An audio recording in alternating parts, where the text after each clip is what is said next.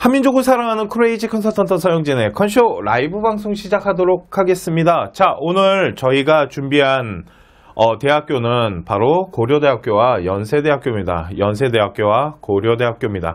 2020 학년 정시 대학별 지금 분석을 해드리고 있어요. 제가 이제 시작해서 우리 이우승 컨설턴트랑 이동원 컨설턴트도 지금 라이브나 아니면 녹화방을 통해 갖고 지금 대학교에 대한 예상 점수 컷이랑 대학교가 어떻게 학생들을 선발하고 있는지를 지금 하나하나 보여드리고 있는데, 저희가 총 한 둘레 6개씩 한 18개에서 20개 정도의 대학을 이제 소개를 해드릴 건데, 오늘 제가 준비한 대학교는 바로 고려대학교와 연세대학교, 연세대학교와 고려대학교입니다. 이게 이렇게 써놓으면 연세대 분들이 되게 싫어하세요. 그래서 말을 하더라도 이렇게 교차하면서 하도록 하겠습니다. 하여튼 그래요. 자, 그러면 지금부터 고려대학교부터 보도록 하겠습니다. 자, 고려대학교는요, 나군에 위치하고 있고요. 군은 가나다군 중에 나군 한 곳에만 포진하고 있다라고 보시면 됩니다. 고려대학교가 나군을 포진하고 있는 이유는 뒤에 가서 말씀드리겠지만 서울대가 가군에 포진하고 있기 때문이다 라고 생각하시면 돼요. 죄송해요. 자, 그러면 지금부터 세부 내용을 보도록 할게요. 솔직히 뭐 세부 내용이야 대학교 모집 요강에 들어가셔도 다 있는 거기 때문에. 그런데 고려대학교 같은 경우는 비율이 아닌 이렇게 환산, 이게 이제 점수를 보여주게끔 되어 있는데, 이게 결국은 나중에 환산하는 방법에 대한 비율을 보여드리도록 할게요. 인문계 같은 경우 가정교육이랑 체육교육 포함해가지고요, 국어가 200점이고요, 수학 가나가 200, 탐구가 160이고요, 영어는 가산점, 그러니까 감점 제도입니다. 그런데 생각보다 영어에 대한 감점은 고려대학교는 좀 적다라고 생각하시고 보시면 되는데요, 총 반영 합계가 560점인데, 자, 자연계 같은 경우, 그러니까 문과 같은 경우는 수학, 나가 같이 봐지고 탐구가 같이 봐지는 걸로 봐서, 이과 애들이 문과로 교차할 수 있구나 라고 생각하시면 되는데, 생각보다 교차하지 않습니다. 그 이유는 문과가 이과보다 합격 등급 이 환산 점수가 높아요. 그렇기 때문에 웬만하면 이과 아이들이 문과로 오지는 않아요. 그냥 이렇게 나눠놨을 뿐이지 그냥 문과 애들이 지원을 많이 하고 있다라고 보시면 됩니다. 또 하나, 자연 모집단인데 국어가 200점이고요. 수 가형만 들어가요. 왜 그러면 이과 자연계다 보니까 문과 애들이 본 나형은 못 들어가고요. 자연계 이제 가형이 들어가는데, 보셔야 될 게 뭐냐면 고려대학교에서 제공하는 이 모집 요강을 보게 되면 이 옆에 보시면 주4라고 써져 있습니다. 그죠?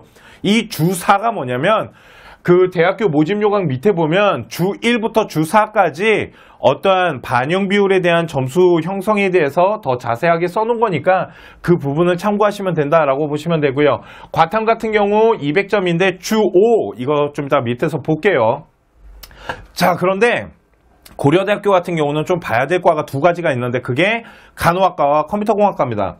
간호학과랑 컴퓨터공학과는 모집 인원의 50%를 문과 이과를 나눠서 뽑아요. 그러니까 인원을 반으로 나눠가지고 선발을 하고 있는데, 간호학과랑 컴퓨터공학과 같은 경우 죄송해요. 왜 이렇게 목이 메지? 그래서 모집 인원의 50%를 나눠서 뽑게 된다라고 보시면 됩니다. 그러니까 모집 단위의 컴퓨터공학과가 만일 14명이다 그러면 그게 반반씩 나눠서 뽑는다라고 보시면 되고요. 만약 자연계 같은 경우는 역시 수 가형이 240점이고요. 과탐에 대한 비중이 있다라고 보시면 되는데, 이거를 이제부터 비중으로 좀 보도록 할게요. 자, 문과 같은 경우는 35.7%, 수 가나가 통합돼서 35.7%, 그리고 영어는 감점 체제고요. 탐구 같은 경우도 과탐이랑 사탐 다 포함이 돼서 28.6%인데, 자세히 보시면은 문과 같은 경우는 사탐에 대한, 이 과탐에 대한, 탐구에 대한 비중이 약간 낮은데, 그렇다고 해서 28.6%면 그렇게 낮게 형성된 건 아닙니다. 대신 상대적으로 봤을 때 국어나 수학에 대한 비중이 높게 형성이 돼 있는데, 이거는 영어에 대한 감점 체제가 이루어지고 영어에 대한 비중이 낮아지면서 국어랑 수학에 대한 비중이 높아지고 있다라고, 이거는 뭐 전반적인 대학교들의 지금 성향이기 때문에.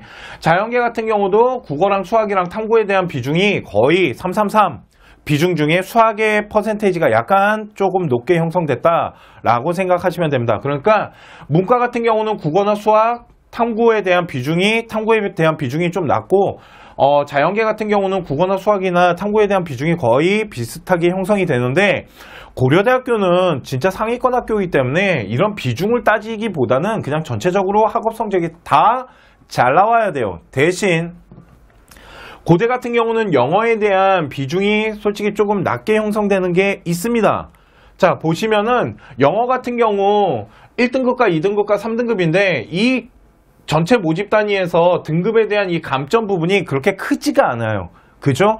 그러다 보니까 솔직히 3등급 아이가 고려대학교에 지원하는 거는 그렇게 쉬운 일은 아닙니다. 1, 2등급 안에서 걷다가 요번에 영어가 좀 쉽게 나왔기 때문에 퍼센테이지상 1, 2등급 아이들 사이에서 싸움이 붙을 것 같은데 2등급과 1등급이 1점밖에는 차이가 안 납니다. 그 전체 점수요.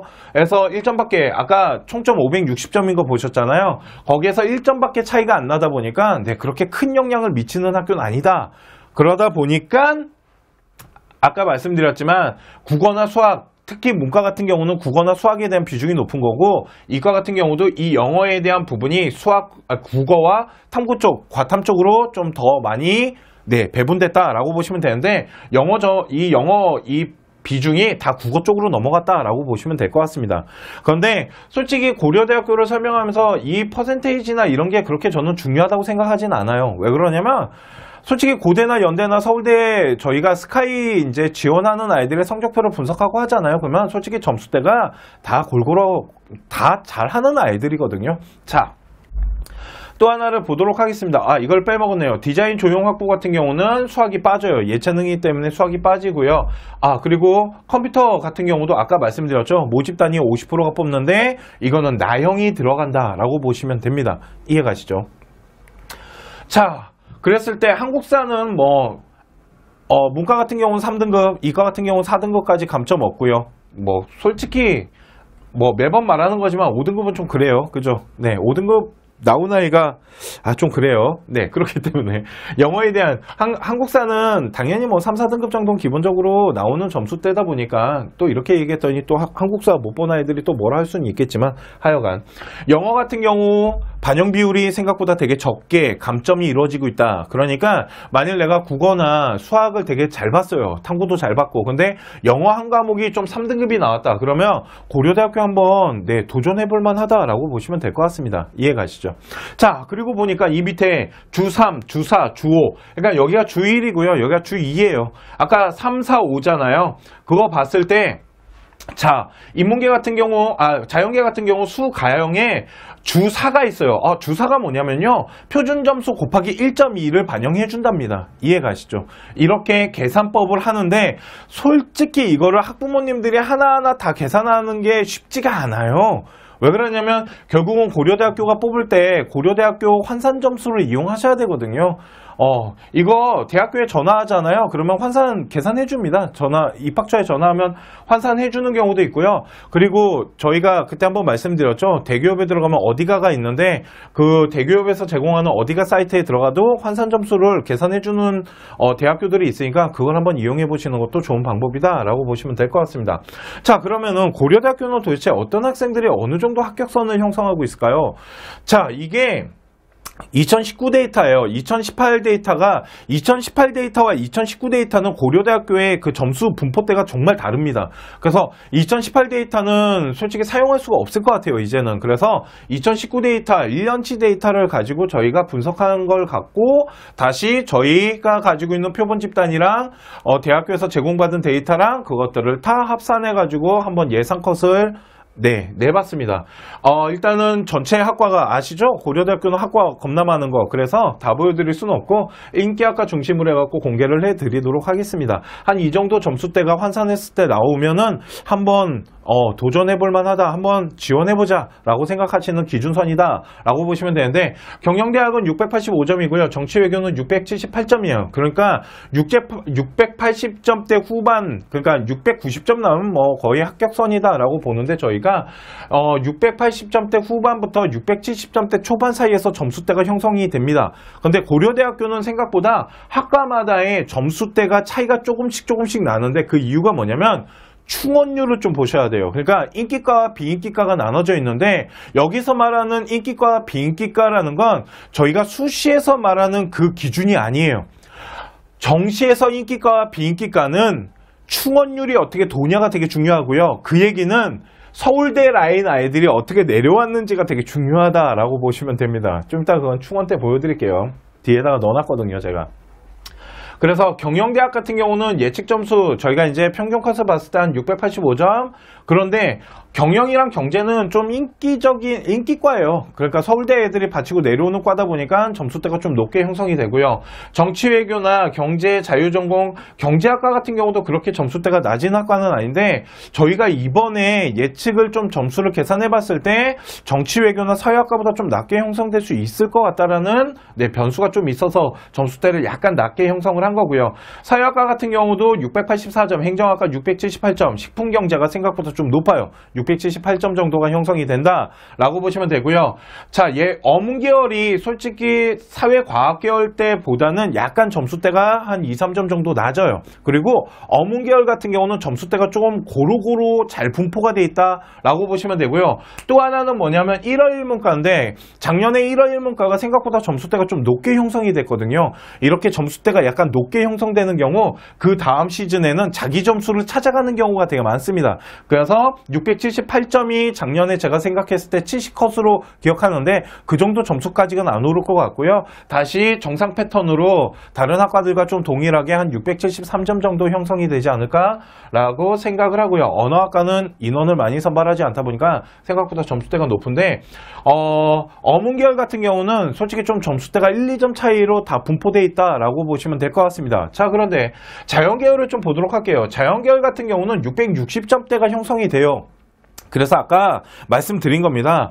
그러니까 이과 아이들이 문과에 교차할 수 있다 그래서 이과 아이들이 문과 쪽으로 지원하지는 않을 거예요. 점수대가 좀 높기 때문에, 그죠? 이쪽이 훨씬 안정적으로 형성할 수 있는 부분들이 있잖아요. 그러니까 이 부분들에 대해서 이과 같은 경우는 수학과는 생각보다 좀 인기과인 거 아시죠? 이거는 수시 때도 수학과는 좀 인기과고요. 수학과는 생각보다 점수대가 좀 형성이 되는 거고 생명과학이나 식품공학, 화공생명, 전기전자 같은 경우가 점수대가 형성이 한 660점에서 670점대 사이로 형성이 된다라고 보시면 됩니다.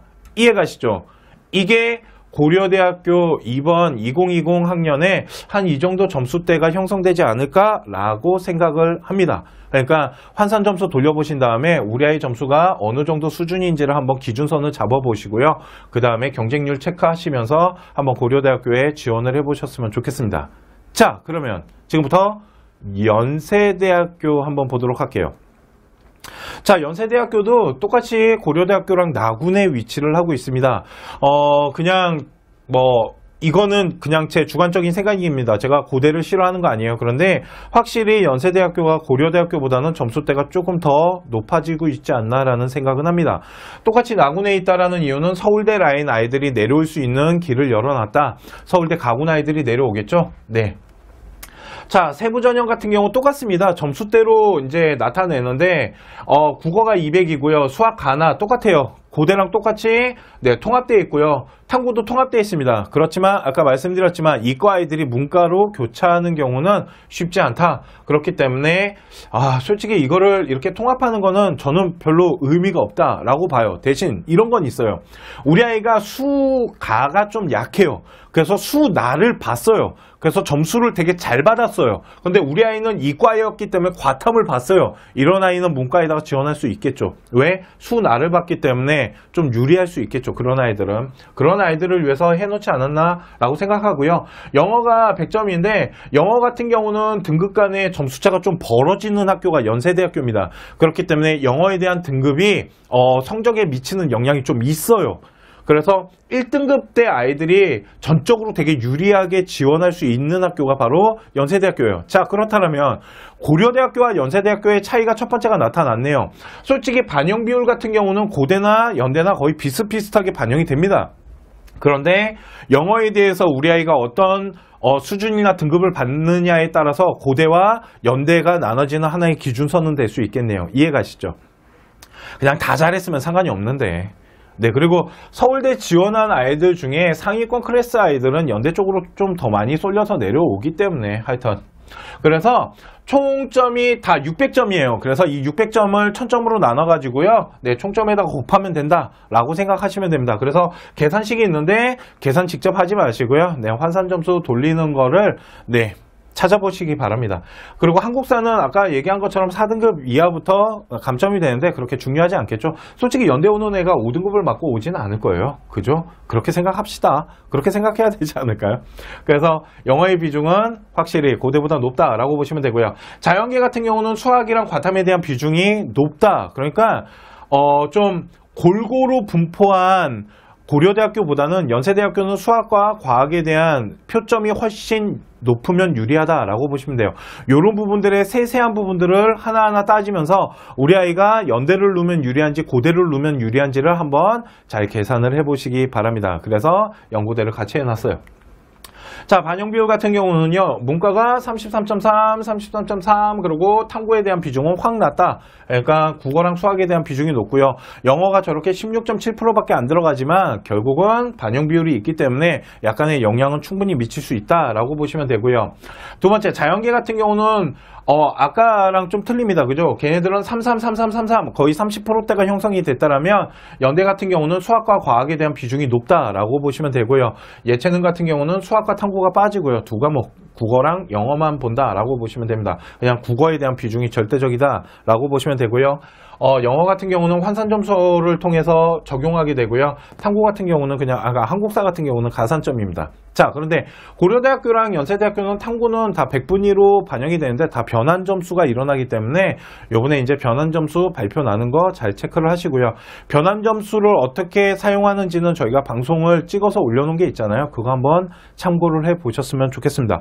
자, 이렇게 고려대학교랑 연세대학교를 두 학교를 비교하다 보니까 반영 비율의 약간의 차이와 영어가 반영되는 이런 차이들이 보이십니까?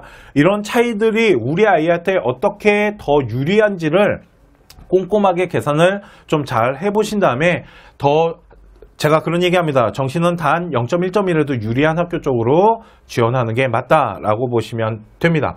자, 그러면은 연세대학교 같은 경우는 어느 정도 합격선이 형성될까요? 네, 다시 한번 말씀드리지만 네, 연세대학교에서 제공한 데이터와 저희 컨쇼가 가지고 있는 데이터들 그리고 요번에 이제 표점이 움직이는 부분들 다 종합적으로 평가했을 때 한 이 정도가 연세대학교를 지원하는 기준선은 될 수 있다. 이게 절대적이다라고 말씀드리긴 어렵습니다. 이게 절대적이라고 말씀드리긴 어렵지만 한 이 정도 기준선이 생겨야지 연세대학교를 지원하실 수 있지 않을까라고 생각을 합니다.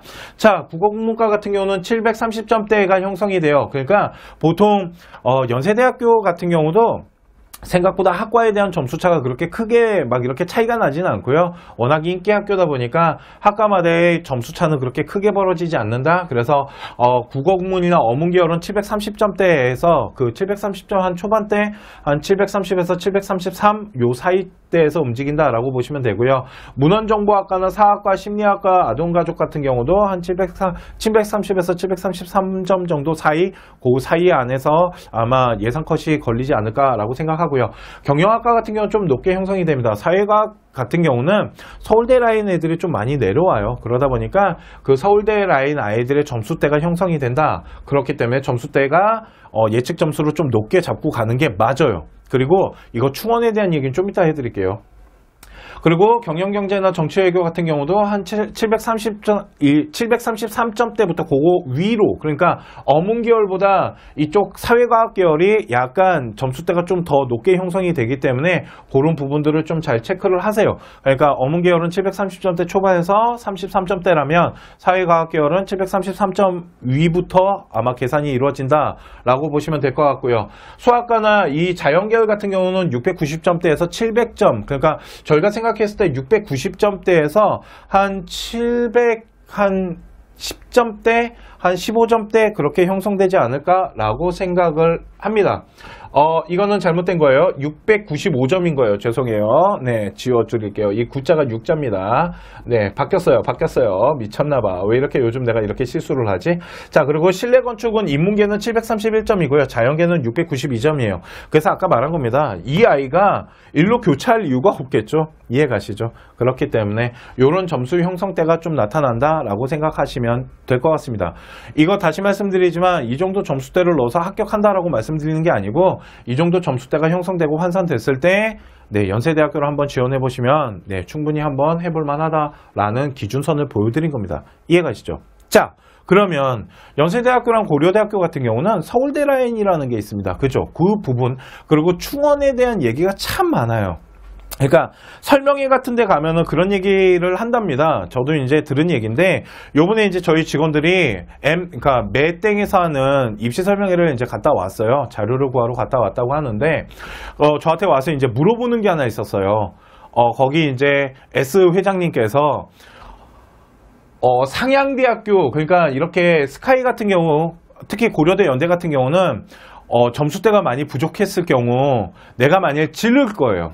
그랬을 때는 인기과 그러니까 생각보다 되게 인기 있는 학과를 질러야 됩니다. 뭐 이런 얘기를 했대요.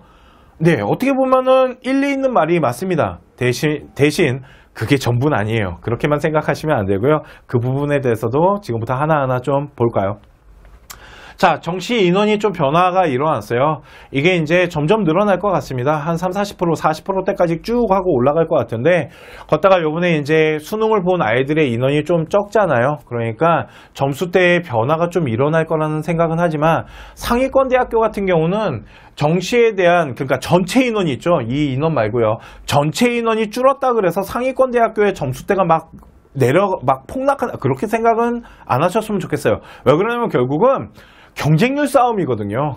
경쟁률 싸움이지 그 전체 인원이 줄었다 그래서 그게 상위권 대학교로 가는 데 있어서 막 절대적으로 어떤 영향력을 행사할 거다라고 생각은 안 하고요. 대신 고려대학교나 연세대학교 같은 경우도 이번 시즌에 인원이 조금 늘었습니다. 고대는 2019 학년 때는 305명이었는데 이번에 339명, 그러니까 34명 정도 늘렸고요. 연대 같은 경우는 82명 정도를 늘렸는데 뭐 이거 34명 늘려봤자 얼마나 된다고 라고 생각하시겠지만 생각보다 되게 많이 늘린 겁니다. 이렇게 전체 인원이 변화가 일어난 것은 상위대학교에 큰 영향을 미치지 못할 수 있겠지만 이렇게 대학교에서 정시 인원이 늘어난 건 어떤 학과가 어느 정도로 늘어났는지 반드시 체크하셔야 됩니다. 왜 그러냐면 결국은 뽑는 인원이 많아지고 경쟁률이 2019 데이터와 비슷하게 형성된다는 건 점수대가 그만큼 내려갈 수 있는 겁니다. 이해가시죠? 그렇기 때문에 인원 변화, 이 82명과 34명이 어느 학과에 어떻게 늘어났는지를 반드시 찾아서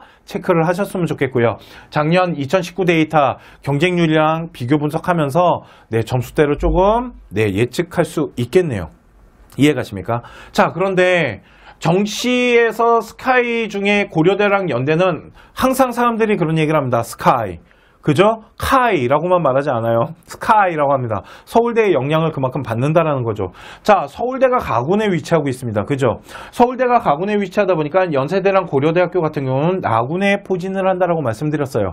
그러면 서울대에서 진짜 잘하는 아이들은 서울대 다 합격했을 거고요. 서울대에 집어넣는다라는 건 최상위권 학생들이에요. 그 최상위권 학생들과 그러니까 최상위권 학생들 사이에서 싸움이 일어났다가 떨어진 아이들이 내려오는 곳이 연대와 고대 쪽으로 내려올 건데 아까 그 얘기를 드린 거예요. 내려오더라도 난 서울대 떨어졌으니까 연대 가야지 라고 생각하지 마시고요. 계산을 해보시라는 겁니다.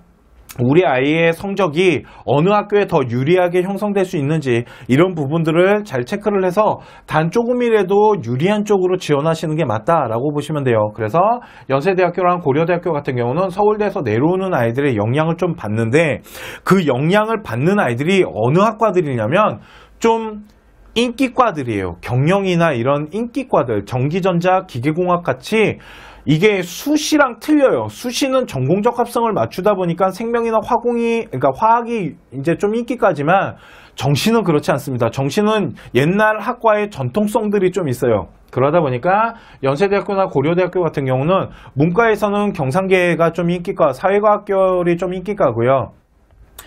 이과 같은 경우는 공대 중에서도 뭐 기계나 전자 이런 쪽이 좀 인기과가 형성이 되고 그리고 화학이 좀 인기과, 화공이 좀 인기과가 형성이 된다라고 보시면 되는데 자, 그러면 그게 어느 정도 서울대 아이들이 내려오는 건 도대체 어떻게 하나요? 라고 물어보신다면 바로 충원률을 보셔야 됩니다.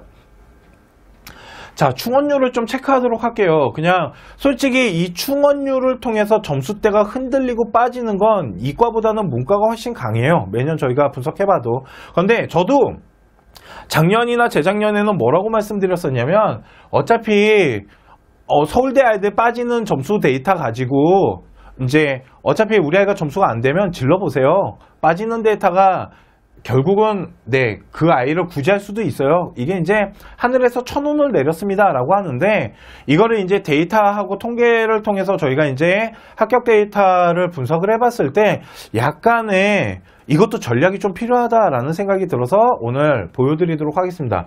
자, 경영학과나 기계공학과 같은 경우는 서울대 라인 아이들이 들어와요. 왜 그러냐면 충원율을 보니까 충원이 48명, 기계공학과 같은 경우는 21명이나 빠져요. 이 얘기는 서울대 쪽으로 그만큼 많이 빠져나간다는 겁니다. 이거 고려대학교예요.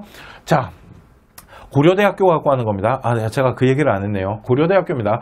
경영학과가 48명, 기계공학과가 21명 정도가 빠지는데, 이건 연세대학교 경영학과 보셔도 똑같을 겁니다. 왜 그러냐면 서울대 갈 아이들은 솔직히 연대고대가 목적이 아니에요. 서울대를 가고 싶어하는 게 있고, 서울대 학과를 무너뜨리서라도 거기에 가고 싶어 하거든요. 그러다 보니까 그 아이들이 내려올 때는 좋은 학과를 잡고 내려오는 경우가 되게 많습니다. 그래서 경영학과나 기계공학과 같은 경우는 충원이 되게 많이 일어나죠. 근데 도고동문이나 건축학과 같은 경우는 충원이 별로 안 일어나요. 심리학과가 솔직히 수시할 때는 좀 인기과지만 정시에서는 심리학과는 그렇게 인기과가 아닙니다. 그러다 보니까 서울대 아이들이 타고 내려오질 않아서요. 1명, 2명 안 빠지는 경우도 있고 막 이렇게 충원이 잘 안 일어나는 과긴 합니다. 그러니까 무슨 말이냐면 아예 노리고 들어온 아이들이에요. 고려대학교에서 노리고 들어온 아이들이고 서울대 아이들이 내려오는 라인은 아닌 것 같아요. 자, 이런 것들을 이제 따져봤을 때 경영학과나 기계공 같은 경우는 충원율을 봐서 서울대 라인이 들어왔다 칠게요. 지금부터 점수 빠지는 것 좀 보셔야 됩니다. 이게 치시컷이에요. 이게 이제 작년도 2019 데이터 고려대학교 합격 치시컷인데 경영이 683.16이 치시컷에 걸렸습니다. 그리고 최종 컷이 676.51까지 빠졌어요. 그러니까 고려대학교 경영학과는 되게 높은 학과입니다. 683.16에서 676점, 그러니까 일반 학과 라인의 평균점까지 떨어져요. 70컷 가까이 떨어지거든요. 그러다 보니까 이런 얘기가 나오는 거예요. 워낙 점수차가 크게 벌어지면서 떨어지거든요. 그러니까 고려대학교를 지원하지 못하는 점수대라면 아예 지를 거면 빠지는 거 계산해서 지르세요 라고 얘기를 하는 겁니다. 전문가들이. 근데 그게 솔직히 저희가 이거 빠지는 데이터를 계산을 해보잖아요. 보세요. 경영학과 같은 경우는 676.51의 최종 컷이 많이 빠졌다고 칠게요. 그런데 문제는 뭐냐면 도고동문과 같이 서울대 라인 안 타는 학과들 중에 치시컷이 672점이면 얘보다 얘가 낮은 거예요. 그죠? 그리고 얘도 빠지거든요. 그러니까 무조건 서울대 라인 막 이렇게 하시면 안 돼요. 이해가십니까? 네, 또 하나는 기계공도 마찬가지예요. 663점에서 657점까지 빠졌어요. 많이 빠졌네요.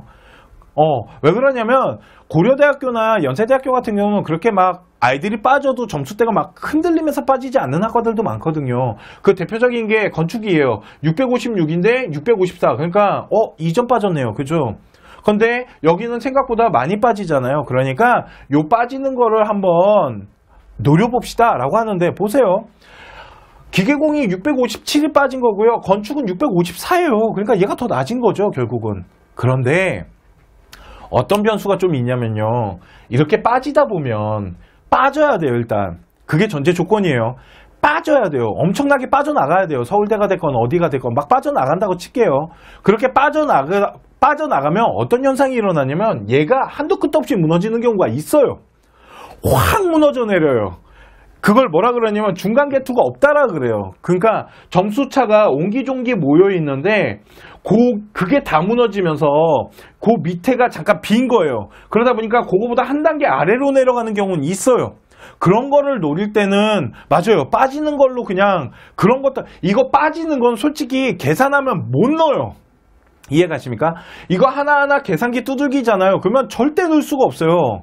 왜 그러냐면 사람이 계산을 해서 어떠한 계산식이 나오고 편차를 계산하는데 만약 편차 안에 우리 아이가 절대 못 가요. 그럼 어떻게 집어넣어요? 그런데 그냥 넣는 거예요. 그냥 넣어 하고 넣어. 그런 경우거든요. 그랬을 때 빠지다 보니까 좀 천운이 내려가는 학과들이 가끔 나타나요. 그러니까 그 얘기를 하는 것 같아요. 자, 그랬을 때 그러면 어떻게 충원율을 봐야 되냐면요. 세 가지인데 보세요. 점수가 완전 부족해요. 고려대학교를 지원하기에는 점수가 완전 부족하잖아요. 그러면 그냥 인기, 충원 많은 학과 집어넣는 게 맞아요. 그리고 빠지는 거에 대한 희망을 갖고. 이해가십니까? 대신 작년에 평균 컷과 우리 아이 점수대가 좀 형성이 되잖아요. 그러면 이렇게 지르시면 안 돼요. 왜 그러냐면 이 점수 최종 컷이 보통 학과들 최종 컷보다 높은 경우가 많아요. 그렇기 때문에 작년 평균 컷에 우리 아이가 걸렸다라면 충원 믿지 말고 적정선에서 계산기를 조금 더 두들겼고 경쟁률을 보고 하면서 학과를 조금 계산을 해야 되는 거고요. 안정권을 찾고 싶잖아요. 그러면 작년 데이터 평균 컷에서 우리 아이 점수가 남아야 돼요. 이해가십니까? 그러니까 만일 도고동문 같은 경우 플러스 오면 678점이잖아요. 우리 아이가 만일 678점이에요. 그러면 그냥 경영에다가 지르지 말고요. 그냥 도고동문 누라고요. 이해가십니까? 이게 676점까지 빠진다는 보장이 없어요. 그렇기 때문에 안정권을 찾을 때는 그렇게 지르지 말고 그냥 도고동문에다 집어넣는 게 훨씬 나아요. 그래서 평균 컷을 좀 한 5점 정도 남는다. 그게 안정권을 찾아가는 길이다라고 보시면 됩니다. 이렇게 나눠서 보셔야 됩니다. 그냥 막 그런 설명회에서 막 경영학과가 왕창 빠지니까 특히 문과 애들 얘들아 왕창 빠지니까 점수 안 돼도 한번 질러봐봐. 그래서 되는 경우가 있단다 라고 하는데 그런 작은 말도 안 그러니까 그런 변수 가지고 그렇게 상향을 하라고 말하기가 생각보다 쉽진 않은 거예요. 그리고 정말 그냥 던져버리는 거거든요. 그거는 아무 계산 없이. 이해가십니까? 그런 경우는 있어요. 점수가 완전 부족해요. 아까 말했죠. 계산해도 절대 못 나와요. 그러니까 예를 들어서 670점, 668점인데 문과야. 668점인데 문과야. 그러면은 이런 데 질러야겠죠. 다른 데 못 가거든요. 왜? 잘 안 빠져요. 생각보다. 여기 집어넣으면 붙었겠네. 도고동문은. 그러면 다시 더 낮춰. 660점이야. 그래. 그럴 때 말도 안 되는 점수 갖고 한번 질러보지 뭐. 라고 하는 건 모르겠지만 서울대 아무리 빠진다 하더라도 그 계산 그렇게 하시면 안 돼요. 하나하나 잘 체크하시면서 하셔야 됩니다. 이렇게 세 개의 방향성을 잡고 준비를 하면 된다라고 보시면 될 것 같아요. 이거는 고려대도 마찬가지고 연세대학교도 마찬가지고요. 연세대학교 충원 같은 경우도 충원율이 높다라는 건 그만큼 서울대로 빠진다. 그런 학과다. 그러면 점수대가 좀 흔들리면서 빠질 수 있다라고 보시면 될 것 같습니다. 이해가시죠? 자, 오늘 저희 컨쇼가 준비한 정식 고려대학교랑 연세대학교랑 고려대학교에 대한 방송은 여기까지 하도록 하고요. 잠깐 기다려 주시면 저희가 또 1대1 상담해 드리도록 하겠습니다. 오늘 저희 라이브 방송은 여기까지 하도록 하겠습니다. 감사합니다.